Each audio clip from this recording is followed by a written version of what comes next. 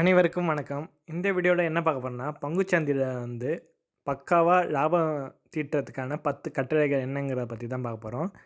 சேனலை மறக்காமல் சப்ஸ்கிரைப் பண்ணிக்கோங்க. இது மாதிரி வீடியோ வந்துக்கிட்டே இருக்கும்.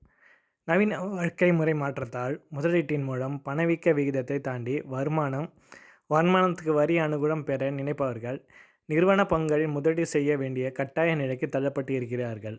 பங்குச்சந்தை முதலீட்டை பொறுத்தவரை பொறுமை மிக முக்கியம். பொறுத்தார் பூமி ஆழ்வார் என்பது போல பங்குச்சந்தையும் ஆழ்வார் என்று சொல்லலாம். பங்குச்சந்தை முதலீட்டில் லாபம் ஈட்ட 10 கட்டளைகளை கட்டாயம் கடைபிடிக்க வேண்டும். அந்த 10 கட்டளைகள் என்னன்னு தான் இந்த வீடியோவில் பார்க்க போகிறோம். நீண்ட கால முதலீடு கவனம் கொள்ளுங்கள். நம்ம பலர் பங்குச்சந்தை முதலீட்டுக்கு வர காரணம் அது கொடுக்கும் அபரிதமான வருமானமாகும்.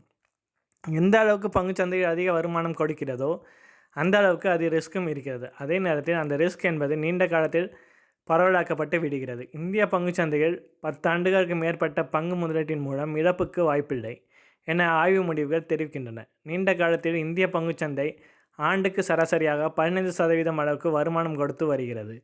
பங்குச்சந்தை மற்றும் நிறுவன பங்கு கொடுக்க வருமானம் என்பது யாராலும் சரியாக கணிக்க முடியாததாக இருக்கிறது. காரணம், ஒரு நிறுவன பங்கின் விலையை ஏற்படும் மாற்றம் என்பது அந்த நிறுவனத்துக்குள் நடக்கும் விஷயங்கள், உள்நாட்டில் நடக்கும் விஷயங்கள், உலக அளவில் நடக்கும் விஷயங்கள் என பலவற்றை சார்ந்திருக்கும். ஆனால் நிறுவனத்தின் வருமானம் மற்றும் லாப செயல்பாடு சிறப்பாக இருக்கும் பட்சத்தில் அந்த நிறுவனத்தின் பங்கு விலை நீண்ட காலத்தில் நன்றாக அதிகரிக்கும் என்பதில் சந்தேகமில்லை.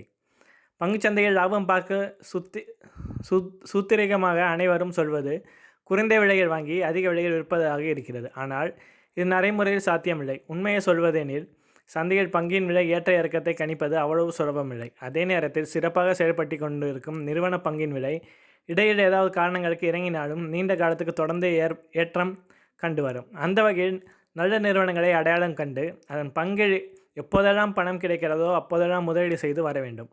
ஒட்டுமொத்த சந்தை இறக்கத்தின் போது நல்ல நிறுவன பங்குகளின் விலையும் இறக்கம் காணும். அப்பொழுது காத்திருந்து முதலீடு செய்யலாம், அல்லது அப்போது கூடுதலாக முதலீடு செய்யலாம். இப்படி செய்யும்போது சராசரியாக நல்ல லாபம் கிடைக்க வாய்ப்பு இருக்கிறது. அடுத்து 2வது பாயிண்ட் என்னென்னா, நீங்களே அலசி ஆராயுங்கள். யார் எந்த பங்கை பரிந்துரை செய்தாலும் அதை நீங்கள் கண்ணை மூடிக்கொண்டு வாங்கும் பழக்கத்தை கைவிட்டு விடுங்கள். எந்த பங்காக இருந்தாலும் அதை நீங்கள் அலசி ஆராய்ந்து அதன் பிறகு முதலீடு முடிவை எடுங்கள். அதற்கு பொருளாதாரம் மற்றும் பங்கு சந்தையின் செயல்பாடுகள் பற்றி ஓரளவு தெரிந்து வைத்திருப்பது அவசியம். எந்த மாதிரியான உள்நாட்டு மற்றும் சர்வதேச பொருளாதார போக்குகள் பங்குச்சந்தையை பாதிக்கும், ஒரு நிறுவனத்தில் எந்த மாதிரியான சிக்கல் வந்தால் பங்கு விலை இறங்கும் என்பது போன்ற அடிப்படை விஷயங்களை தெரிந்து வைத்திருப்பது நல்லது. ஒரு நிறுவனத்தில் கடந்த கால வருமானம் மற்றும் லாப செயல்பாடுகள் பற்றி ஆராயும் அதே நேரத்தில் எதிர்காலத்தில் வளர்ச்சிக்கு என்ன வாய்ப்புகள் இருக்கின்றன என்பதை கவனிப்பது அவசியமாகும். பங்குகளின் முதலீடு செய்வதற்கு முன் எப்பொழுதும் சரியான ஆராய்ச்சியை மேற்கொள்வது அவசியம். ஆனால் இது அரிதாகவே செய்யப்படுகிறது. பொதுவாக முதலீட்டாளர்கள் வேலை பார்க்கும் நிறுவனம் சார்ந்த துறை பங்குகளில் முதலீடு செய்கிறார்கள். இது தவிர காரணம், இது ஒரு குறிப்பிட்ட துறை பாதிக்கப்படும் போது அந்த துறையில் பணிபுரியவர்களும் பாதிப்புக்கு வரும். அந்த துறை சார்ந்த பங்குகளின் விலையும் இறக்கம் காணும். இந்த நிலையில் வேலையிலும் சிக்கல் ஏற்பட வாய்ப்புண்டு. 3வதாக, சரியான விலையில் வாங்குங்கள், விற்பனை செய்யுங்கள். எந்த நிறுவன பங்கை வாங்க வேண்டுமோ என்பதை அடிப்படை பகுத்தாய்வு ஃபண்டமெண்டல் அனாலிசிஸ் மூலம் செய்யலாம். எந்த விலையில் வாங்க வேண்டும், எந்த விலையில் விற்க வேண்டும் என்பதை தொழில்நுட்ப பகுத்தாய்வு அதாவது டெக்னிக்கல் அனாலிசிஸ் மூலம் முடிவு செய்யலாம். பங்கு முதலீட்டில் லாபம் பார்க்க சரியான விலையில் வாங்குவது, சரியான விலையில் விற்பது மிக முக்கியமானது. பங்குச்சந்தையின் இயல்பு ஏற்ற இறக்கமாகும். அதாவது காரணத்தால் பங்கு சந்தை திடீர் வீழ்ச்சியை சந்திக்கும் போது நல்ல நிறுவன பங்குகளின் விலையும் சரியும். அப்பொழுது பதட்டப்பட்டு அல்லது அவசரப்பட்டு நஷ்டத்தில் இருக்கும் அல்லது சிறிது லாபத்தில் இருக்கும் பங்குகளை விற்றுவிட வேண்டாம். நீங்கள் முதலீடு செய்திருப்பது நல்ல நிறுவன பங்காக இருக்கும் பட்சத்தில், அடிப்படையில் வலுவான நிறுவனமாக இருக்கும் பட்சத்தில் நிலவரம் சரியானதும் அதன் விலை கட்டாயம் ஏற்றம் காணும். நல்ல பங்குகளை நீங்கள் வைத்திருக்கும் பட்சத்தில் சந்தை இறக்கத்தின் போது அதை விற்பதற்கு பதில் மலிவாக கிடைக்கும் அந்த பங்கை இன்னும் அதிகமாக வாங்கி சேர்க்க தயங்கக்கூடாது. அதே நேரத்தில் அடிப்படையில் வலுவில்லாத நிறுவன பங்கு விலை குறைந்திருக்கும் போது பெரும்பாலானோர் வாங்குகிறார்கள் என்பதற்காக வாங்கக்கூடாது. அடுத்த பாயிண்ட் என்னென்னா, தொடர் முதலீடு செய்யுங்கள். பங்குச்சந்தை முதலீடு என்கிற போது எப்பொழுதும் ஒரே முறையே மொத்தமாக முதலீடு செய்யக்கூடாது. மொத்த முதலீட்டை மேற்கொண்ட பிறகு சந்தை அதிகமாக சரிந்துவிட்டால் மீண்டுவதற்கு அதிக காலம் எடுக்கும். இதனால் முதலீட்டு தொகையை 4 அல்லது 5 பிரிவாக பிரித்து வைத்துக்கொண்டு குறிப்பிட்ட இடைவெளியில் முதலீடு செய்யலாம். இதைவிட சிறப்பான வழி மாதந்தோறும் குறிப்பிட்ட தொகையை தொடர்ந்து முதலீடு செய்வதாகும். இப்படி செய்யும்போது நல்ல நிறுவன பங்கை தேர்வு செய்வது மிகவும் முக்கியம். தொடர்ந்து முதலீடு செய்யும்போது வாங்கும் விலை சராசரியாக ருபி காஸ்ட் ஆவரேஜ் என்ற முறையில் சராசரி நல்ல லாபம் கிடைக்க வாய்ப்பு இருக்கிறது. தொடர்ந்து முதலீடு செய்யும்போது முதலீடு தொகை பெரியதாக இருக்க வேண்டும் என்பதில்லை. சிறிய தொகையாக கூட மாதந்தோறும் முதலீடு செய்யலாம். முதலீட்டை பிரித்து முதலீடு செய்யுங்கள். பல்வேறு பங்குகளை பிரித்து முதலீடு செய்வது டைவர்சிஃபிகேஷன் என்பது பங்கு சந்தை முதலீட்டில் லாபம் ஈட்டுவதற்கான பழமையான உக்தியாகும். அதாவது அனைத்து முட்டையும் ஒரே கூட்டில் வைப்பது எப்படி அதிக ரிஸ்கானதோ அதேபோல் மொத்த முதலீட்டையும் ஒரே நிறுவன பங்கில் போடுவதும் ரிஸ்கானதாகும். எப்பொழுதும் ஒரே ஒரு பங்கு அல்லது ஒரே ஒரு துறை மட்டும் சிறப்பாக செயல்படும் என கருதி அதை முதலீடு செய்யக்கூடாது. ஒருவர் முதலீடு செய்திருக்கும் குறிப்பிட்ட துறையும் அந்த துறை சார்ந்த நிறுவன பங்கும் சரியாக செயல்படாமல் போனால் சிக்கல்தான். எனவே பல்வேறு துறையில் பல்வேறு பங்குகளில் முதலீடு பிரித்து மேற்கொள்வது அவசியமாகும். ஒரு குறைந்தது 3 அல்லது 5 துறைகளை சேர்ந்த நல்ல நிறுவன பங்குகளை முதலீடு செய்வது மூலம் ரிஸ்கை வெகுவாக குறைக்க முடியும். உதாரணமாக தொழில்நுட்பம், ஃபார்மா, ரியல் எஸ்டேட், நிதி சேவை மற்றும் வாகனம் என்பது போன்ற துறைகளில் முறையே டிசிஎஸ், ருஃபின், டிஎல்எஃப், ஹெச்டிஎஃப்சி, டிவிஎஸ் மோட்டார் கம்பெனி பங்குகள் முதலீடு செய்யலாம். சிலர் மிகப்பெரிய நிறுவன பங்குகளான ராஜ்சேப் பங்குகளில் மட்டுமே முதலீடு செய்வார்கள். அப்படி செய்யும்போது ரிஸ்க் குறைவாக இருக்கும். அதே நேரத்தில் வருமானமும் குறைவாக தான் இருக்கும். பங்கு முதலீட்டு கலவை மூலம் நல்ல லாபம் பார்க்க அனைத்து பங்குகளையும் மதிப்பு கொண்ட பங்குகளையும் முதலீட்ட பரவலாக வேண்டும். அதாவது large cap, mid cap, small cap நிறுவனங்களில் பங்குகளை கலந்து முதலீடு செய்ய வேண்டும். 3 முதல் 5 ஆண்டுகள் முதலீட்டு காலம் என்கிற பட்சத்தில் லார்ஜ் கேப் பங்குகள் சரியாக இருக்கும். இதுவே முதலீட்டு காலம் 5 முதல் 10 ஆண்டுகளில் மிட் கேப் பங்குகளும் 10 ஆண்டுகளுக்கு மேற்பட்ட முதலீட்டு காலம் எனில் ஸ்மால் கேப் பங்குகளும் பொருத்தமாக இருக்கும். டிப்ஸ், வதந்திகள் அடிப்படையில் முதலீடு செய்யாதீர்கள். பலரும் டிப்ஸ் மற்றும் வதந்திகளின் அடிப்படையில் பங்கு முதலீட்டை மேற்கொள்கிறார்கள். இப்படி செய்வது மூலம் பெரும்பாலானோர் இழப்பை சந்திக்க வேண்டியது இருக்கும்.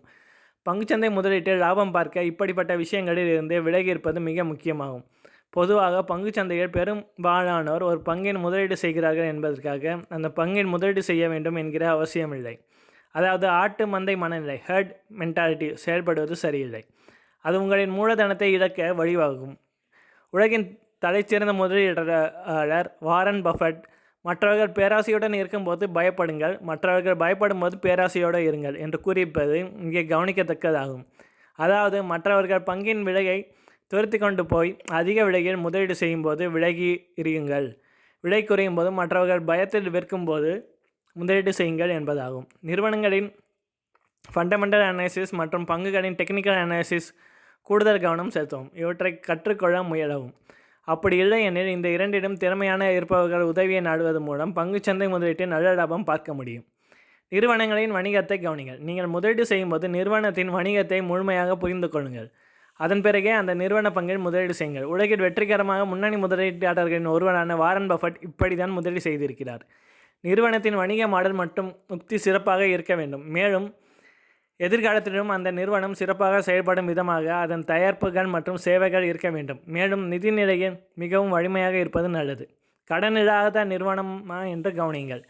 கூடிய வரையில் பங்கு முதலீடு செய்யும் போது நிறுவனத்துக்கு கடன் இல்லாமல் இருப்பது நல்லது. அப்பொழுதுதான் கொரோனா பாதிப்பு போன்ற இக்கட்டான நிலையிலும் சிறப்பாக செயல்பட்டு இருக்க முடியும். அப்படியே கடன் இருந்தாலும் குறைவாக இருக்க வேண்டும். அதற்கான வட்டியும் குறைவாக இருக்க வேண்டும். கடனை விரைந்து அடைப்பதற்கான நடவடிக்கையில் ஈடுபட்டு வர வேண்டும். அப்படிப்பட்ட நிறுவன பங்குகளில் முதலீடு செய்யலாம். அடுத்து பங்குச்சந்தையில் முதலீடு செய்ய கடன் வாங்காதீர்கள். பங்குச்சந்தை முதலீட்டாளருக்கு அடிக்கடி வலியுறுத்தும் கருத்து இதுவாகும். பங்குச்சந்தை அதிக ரிஸ்கானது என்பதால் குறுகிய காலத்தில் எப்போது வேண்டுமானாலும் முதலீட்டாளர் மதிப்பு குறையக்கூடும். கூடவே கடன் வட்டி கட்ட வேண்டியது இருக்கும். திடீர் சிக்கல் ஏதாவது வந்தால் பங்குகளின் மதிப்பு மிகவும் குறைந்து விடும் பட்சத்தில் அவற்றை விற்று கூட கடனை அடைக்க முடியாத சூழ்நிலை உருவாகும். ஒரு விஷயத்தில் முதலீட்டாளர்கள் எப்போதும் மறக்கக்கூடாது. உபரி பணத்தில் தான் பங்குச்சந்தையில் முதலீடு செய்ய வேண்டும். குறுகிய கால தேவைக்கு வைத்திருக்கும் தொகையை எக்காரணம் கொண்டும் பங்குச்சந்தையில் முதலீடு செய்யக்கூடாது. முதலீட்டை மேற்பார்வை செய்யுங்கள். பலர் பங்குகளில் முதலீடு செய்துவிட்டு அதை கவனிப்பது கூட இல்லை. ஆடிக்கு ஒரு முறை, அமாவாசைக்கு ஒரு முறை என்பது போல் முதலீட்டை பார்க்கிறார்கள். ஆனால் ஆண்டுக்கு ஒரு முறையாவது மேற்பார்வை மற்றும் மறு ஆய்வு மேற்கொள்வது அவசியமாகும். பங்குச்சந்தை முதலீடு என்பது ஃபிக்ஸட் டெபாசிட் போன்றதல்ல. அதன் மதிப்பு மற்றும் செயல்பாட்டை எப்போது வேண்டுமானாலும் மாற்றத்துக்கு உள்ளாகும் என்பதால் அதன் செயல்பாட்டை காலாண்டு ஒரு முறையாவது கவனிப்பது அவசியமாகும். இந்த 10 கட்டளையும் பின்பற்றினால் பங்குச்சந்தை முதலீட்டில் நிச்சயம் லாபம் கிடைக்கும். அது மட்டும் இல்லாமல் பங்குச்சந்தை முதலீட்டாளர்கள் பலர் நேரம் பார்த்து சந்தைக்கு நுழையலாம் என நினைக்கிறார்கள். சந்தை இறக்கத்தில் இருக்கும்போது இன்னும் நன்றாக இறங்கட்டும் என்று சிலர் காத்திருக்கிறார்கள். ஆனால் சந்தையோ சிறிது இறங்கிவிட்டு மேலேறி விடுகிறது. இன்னும் சிலர் சந்தை உச்சத்தில் இருக்கிறது, இப்பொழுது அதிக விலை கொடுத்து வாங்குவதா என்ன இறக்கத்துக்காக காத்திருக்கிறார்கள். ஆனால் அப்போது சந்தை இறங்காமல் மேலே சென்று விடுகிறது. எனவே நிறுவன பங்குகளில் முதலீடு செய்ய நேரம் காலம் பார்க்க தேவையில்லை. இதுவரைக்கும் யாராலும் பங்குச்சந்தையில் ஏற்ற இறக்கத்தை 100% கணிக்க முடிந்ததே இல்லை. அதை துல்லியமாக கணிக்கவும் முடியாது. டெக்னிக்கல் அனாலிசிஸ் அதற்கு ஓரளவு கைப்பிடிக்கும். பங்குச்சந்தையில் உச்சம் மற்றும் அடிப்படை கணிப்பது என்பது யாராலும் இயலாத காரியமாகும். நன்றி.